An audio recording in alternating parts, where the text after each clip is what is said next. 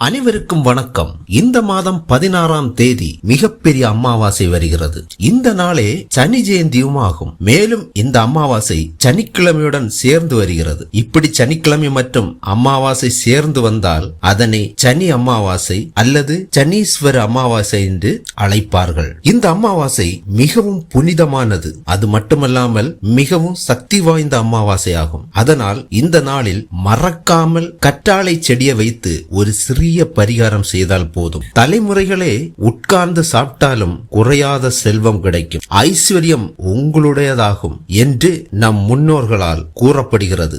அமாவாசை என்பது பொதுவாக பரிகாரங்களுக்கு மிக சிறந்த நாள். அதிலும் இந்த அமாவாசை சனிக்கிழமையுடன் சேர்ந்திருப்பது மிகவும் அரிதானதும் மிகவும் விசேஷமானதுமாகும். ஆதலால் இந்த நாளில் கற்றாழை செடியுடன் பரிகாரம் செய்தால் மிகவும் அதிர்ஷ்டம் கிடைக்கும் என்று சாஸ்திரங்கள் கூறுகின்றன.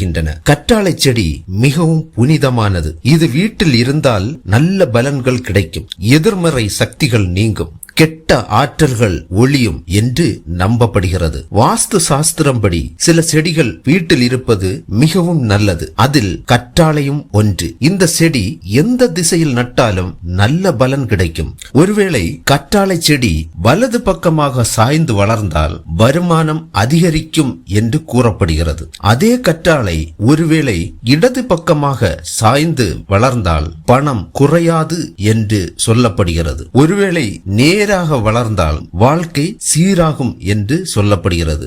ஒருவேளை அந்த செடி மிக செழிப்புடன் உயரமாக வளர்ந்தால் அது லட்சுமி தேவி அருள் வீட்டில் இருப்பதற்கான அடையாளம் என்று கருதப்படுகிறது. இந்த அமாவாசை நாளில் செய்யக்கூடாத சில விஷயங்களை பற்றி பார்க்கலாம்.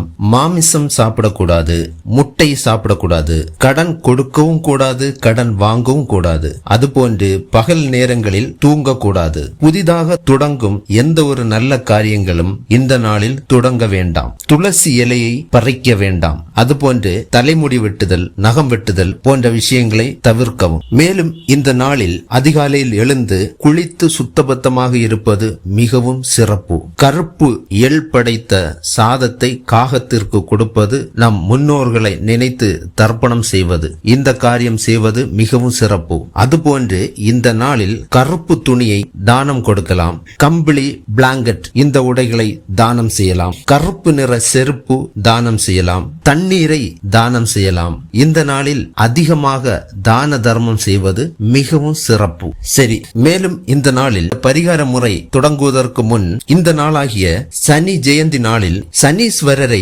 வழிபடுவது மிகவும் சிறப்பு. அதாவது கருப்பு எள் எண்ணெய், நீல மலர்கள் கொண்டு நாம் பூஜை செய்வது மிகவும் சிறப்பு. அதுபோன்று அருகிலுள்ள சனீஸ்வர கோயில்களுக்கு சென்று வழிபடுவது மிகவும் நல்லது. அதன் பிறகு நாம் செய்யக்கூடிய பரிகார முறையை பார்க்கலாம்.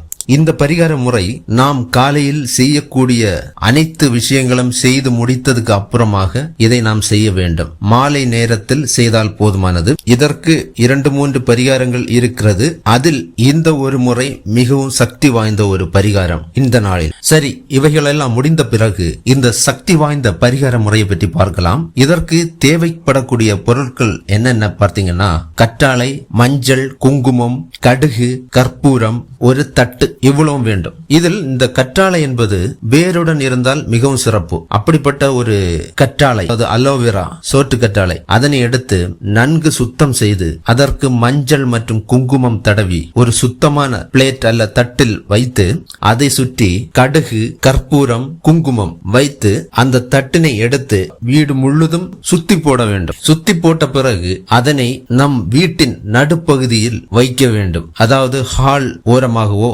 வீட்டினுடைய நடுத்தளத்தில் ஒரு ஓரமாக வைத்து விடவும். பிறகு மறுநாள் காலை என்ன செய்ய வேண்டும் என்றால், இதனை கால்படாத இடத்தில் போடலாம். இல்லை என்றால் அந்த செடியினை நட்டும் வைக்கலாம், ஒன்றும் தவறில்லை. தூக்கி போட்டாலும் பரவாயில்லை, அந்த செடியினை நட்டாலும் நன்குதான், ஒன்றும் பரவாயில்லை. இப்படி செய்தால் வீட்டில் உள்ள அனைத்து கெட்ட சக்திகளும் நீங்கி நல்ல சக்தி அதிகரிக்கும் என்று நம் முன்னோர்களால் கூறப்பட்ட ஒரு விஷயம். மேலும் இந்த நாளில் வீட்டு வாசலில் திருஷ்டி பூசணிக்காய் கட்டி கட்டினால் செல்வம் வெகு விரைவாக பெருகும். அதே போன்று இடது காலில் கருப்பு நூல் கட்டினால் நமக்கு ஏற்பட்டிருக்கக்கூடிய கண் திருஷ்டிகள் அனைத்தும் நீங்கும். மேலும் அந்த சுத்தி போட்டு வைத்திருக்கக்கூடிய கற்றாழை செடியின் மேல் வெல்லம் கலந்த நீரினை சிறிதளவு தெளித்தோ ஊற்றிவிடவோ வேண்டும். இப்படி செய்யும் போது வீட்டில் இருக்கக்கூடிய அனைத்து கெட்ட சக்திகளும் விலகி செல்வ வளம் பண வளம் பெருகும் என்று சாஸ்திரங்கள் கூறுகின்றன. மேலும் இந்த சனி அமாவாசை மிகவும் சக்தி வாய்ந்த ஒரு நாள். இதனை நம்பிக்கையுடன் இந்த பரிகாரத்தை செய்தால்